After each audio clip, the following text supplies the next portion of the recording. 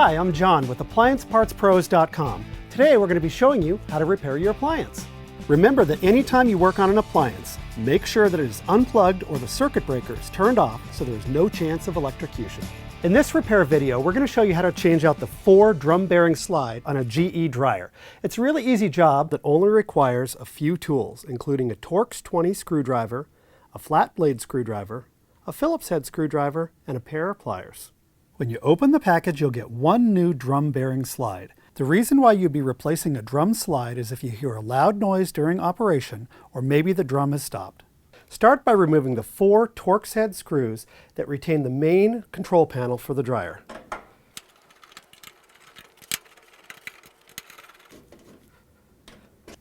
Then, slightly lift up, lean forward, and then roll back the main control panel assembly. Open the front door. Locate and remove the 2 Phillips head screws that retain the top metal panel.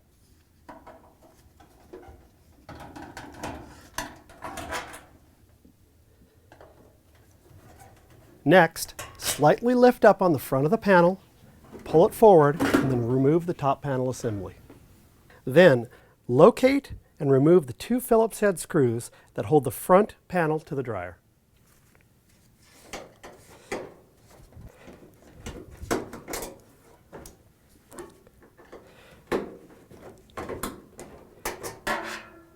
Then lift up slightly on the front of the dryer drum and then slowly tilt forward the main panel.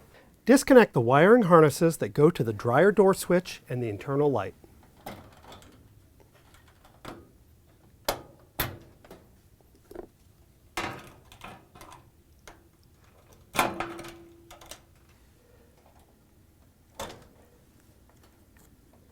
Next, lift up and remove the front panel assembly.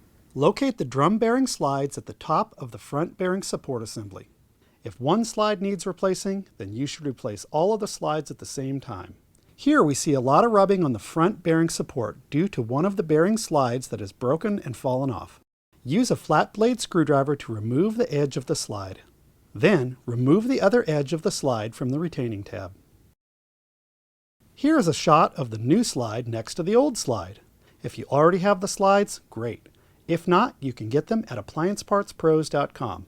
Install the new slide by first positioning the end with the hole on the metal tab. Then, locate the other end of the slide in the open end of the bearing support assembly. Install the other slides the same way.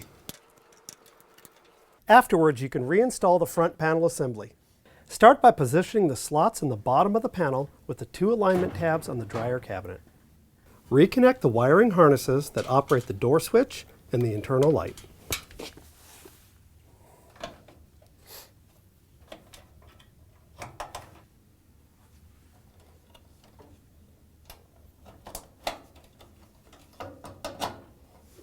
Lift up slightly on the drum assembly and then tilt the main panel forward. Thread in and tighten the 2 screws that retain the front panel.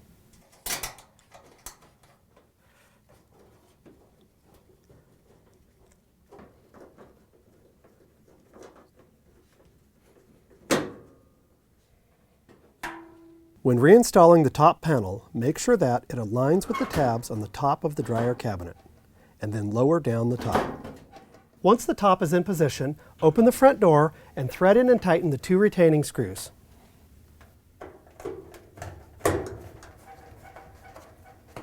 Then, rotate the main control panel into position, making sure that the alignment tabs go into the slots in the main cabinet. Thread in and tighten the 4 Torx head screws that retain the main control panel assembly. Afterwards, reconnect the power cord and then you can take the dryer for a spin. Thanks for joining us for another successful repair brought to you by AppliancePartsPros.com. And be sure to check out our other repair videos on our website, on our Facebook page, and on our YouTube channel.